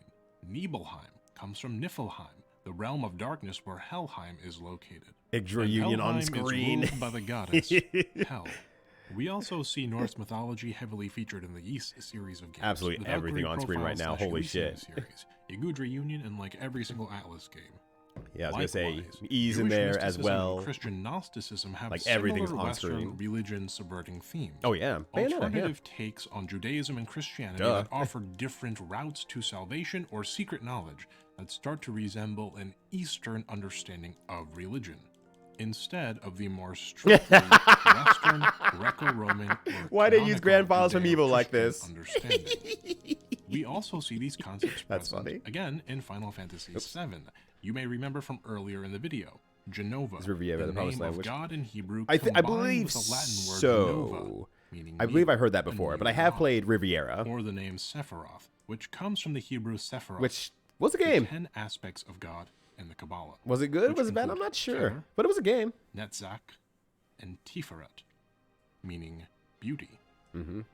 But look, we are getting a little too far into the weeds here. Sometimes the Japanese use Western religious motifs simply because they are cool and mysterious. Shinseki Evangelion's extensive use of Gnostic themes, for example, is said to be for this reason. Though again, you really need to read between the lines and apply high context when interpreting Japanese. And while I could go on and on about religious symbolism in Final Fantasy VII, or Gnostic symbolism in a game as game, that's for sure. This is all besides just keep us cute hat period. Our cultural understanding built in Western religion, which I mean, doesn't 10 out of 10, quite allow for the same degree of nuance and storytelling that the Japanese for a moment in time to like short hair Tifa. Oh my god! And I'm like, no, keep the long hair and give her a hat. When it Hell is yeah! Present, it is utilized for the purpose of escalating stakes and developing the stories of individual characters. Whereas in Japan, the god-slaying trope is widely used instead. Meow's voice actor kicked a lot of ass. Oh shit! Cultural experience of difficulty. The Roman tradition is Roman saw gods as more virtuous figures that you base your life around. Yeah. You take the things that they are and you say, yeah, that's something I should make in my daily life. You know, this is what God is. I should also be these good elements of God. That's what deems a good person. And through his filter, I will become, you know, ascended in my afterlife. These are concepts limited to Japan only for now. Economists and scholars have studied Japan's lost decade to the point of nausea, and while Japan has struggled tremendously with the effect and impact of the lost decade, to the point where the consequences you know, religion is still very like intertwined, especially since, you know, they have a period of Christianity as well, so there are some mixes in there, and then Japan's troubles. You know, Greece and Roman histories seems to influence everyone nowadays because they were very big. They shared a lot of information and knowledge and recorded history. We are starting to see very Japanese-looking themes of godslaying, broken social contracts, a lot of voices even know in the game. Really? Holy shit! Permeating into our own media. I did not know that. The reason for this is because we're there we go. Marathian said it. Also was a Marathian. Yeah, Rome made him a lot more relatable for mass market appeal and merchandising. Broken social contract. The elderly never received what they were promised, and so vote for policies that give them what they feel they've earned.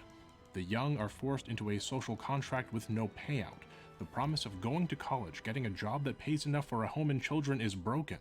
Our governments obfuscate and beat around the bush, trying to absolve themselves of responsibility while courting the vote of those who matter. The more populous elderly, who vote for that which they rightfully deserve, and who will slowly begin to outnumber the youth, as there are fewer and fewer youth due to the destruction of the social contract which supports things like birth rates or stable living. And we are already seeing signs of our own lost decade, our own lost half-century, creeping into the periphery of economics. What do you do then? Yeah, Change capitalism. Impossible. But yeah, they still have Christians in Japan and Christian When the world missionaries has and everything made like your that. voice so small, While they try to get rid of it all, there's cannot definitely even remember how to small speak. groups who will still push How that do you forward fight and survive against it. that which is so massive, so Using labyrinthine, Christian and themes in so Japanese media, where they powerful use that Jewish no one alive can completely myth comprehend and culture. Is more How like, do this you looks stand cool up without much to an understanding. institution That's so honestly indomitable, fair. with holy texts I feel like written in Middle Eastern languages also kind of gets the same can't treatment. understand, Well, I guess that is controlled also by Middle people Eastern, whose but perception of the more on world the Indian is side of things also gets that completely same kind alien of and treatment and hostile whatnot, to you. and How African do stuff you as well, fight the especially mammon too. machine, a hungering, thirsting, unthinking, We and could alien God, god, it's apparently that which commands the stars, giving life in its Minecraft, fullest though. brilliance and its greatest suffering. you do your Where short video on do you twitch.tv.com start? and lament the situation together. Hell yeah, though. Well, you start at the beginning. You start at level 1. You build your understanding. You lend your voice to the chorus. You find your party. You join your friends. You fight together. You win some, and you lose some. You struggle, you persevere, and you level up. You figure out the story. You discover the motives, and someday, Or when you're unionize, I ready, guess. Yeah, you know. we you could will do stand the, up to the false god I'm together, gonna fuck this up. The Iko Ike and you will prevail. lifestyle, and we will rise up, unionize, rise up. I've been your host, Mooney. But when I can't save, Times oh, may you gotta be go to the tough, internet checkpoint. I believe the video But hang is in and take good care of like the yourself. 30-minute or the 1 Okay. hour A special thank you to Donkey this Kong video's Country 2, sponsor, NordPass Business. sticker brush Please symphony. Don't forget to check out their generous You have a little 3-month internet checkpoint free there. You can trial save your with game provided there. link Let everyone and know how code. you're doing. I Give am an always update. grateful for your support as viewers. Yeah, make sure you have Thank one of the you for nicest tuning in. round materia who are also unionized. Who are also unionized. That was very good, actually. That was insanely good. Like, hold on. Let me make sure I give him a like before I feather off here or anything. That was really seriously good. I like that. I'm going to link the video just in case you want to give the video a like yourself, you know, follow up with some of the other stuff that they do, anything like that. You know, let's make sure we give love where love is due and everything like that. I would say that was quite good. Very, very thorough as well. Sorry, I'm in my mustache for intelligence. My vitality is trash. I'm gonna need a guard or a goblin will kill me. A goblin looks at you the wrong way. You immediately fall over. Oh, shit. I put a little bit more into vitality. I'm actually pretty generally, you know, tankier. I mean, some things will keep me down and whatnot, but I guess that gives me a good what's resistance. Oh shit, yo, new followers got dance moves. You love to see it, hell yeah. Sick. Yo, thank you for the follow. Greatly appreciate it. Follows are always anonymous. If you just want to hit that follow button and just lurk away, feel free. But look, real talk, you all been chatting and chatting. I do greatly appreciate that. It has been great having you all here as I've been grinding in the background, playing Monster Hunter so that I have enough items. Let me just update you all. For those of you who have been following the Cursed50, just to show you where I'm at real quick here. In terms of items, because all I've been doing is grinding potions this entire time. So, and then I can point all my points into thinking about shapes. That's right. Oh, I realized my camera's not even showing anyway. Never mind. I'm postulating at the camera. My camera's being blocked off. It's not that big of a deal though. Yeah. So let me update you on what I've done in the meantime here, so I can catch you all up on the Cursed50 stuff, and then I don't know. I'll say what's my plan for the week as well for streaming. Where's the juice? The juice is right here, baby. Oh, I missed it. There we go. The juice is right here, baby. We got mega nutrients now. I know how to make mega nutrients now. That fucking rules. I'm very happy about that. You were playing a video game on Twitch? That's it. I'm fucking mad. So yeah, we went from basically having no potions after killing the Rathian, and now we have a bunch of potions. We have a lot of potions. We have like almost 30 mega potions with a few potions on the side, plus whatever's in my inventory. What the heck? So we're good on that now, and now we know how to make mega nutrients in the meantime. That was also a very good gain. have some honey here so I can, pack for like longer trips and everything like that. So that should be good. I have some Q cut scales that I need to be selling, but I'll just do that next time. Why? Yeah, I have 11 as well, so we're good. We're good on that. So we're actually in a pretty good position for next Saturday when we do another. Oh shit! Dr. Wowie. I was expecting the Y to come out, and then I hear Dr. Wowie. God damn it. Dr. Wowie. Dr. Wowie. Yo, thank you for the 12 Ys. That's a lot of Ys. I was going to make the YMCA song, but they just gave me Ys instead, so I'm just going to make do with it, honestly. We're just going to make our own new dance move with that. So we're actually in a pretty good position for next Saturday when we do the continuation of the Cursed 50. Yeah, I'm doing next Saturday. I was had to think for a bit. I'm like, no, wait, we're having guests over next Saturday. No, they're coming in on Sunday, I believe. So Saturday should be open, but Sunday we'll probably not have a bonus stream next week. It is fun to stay at the Y.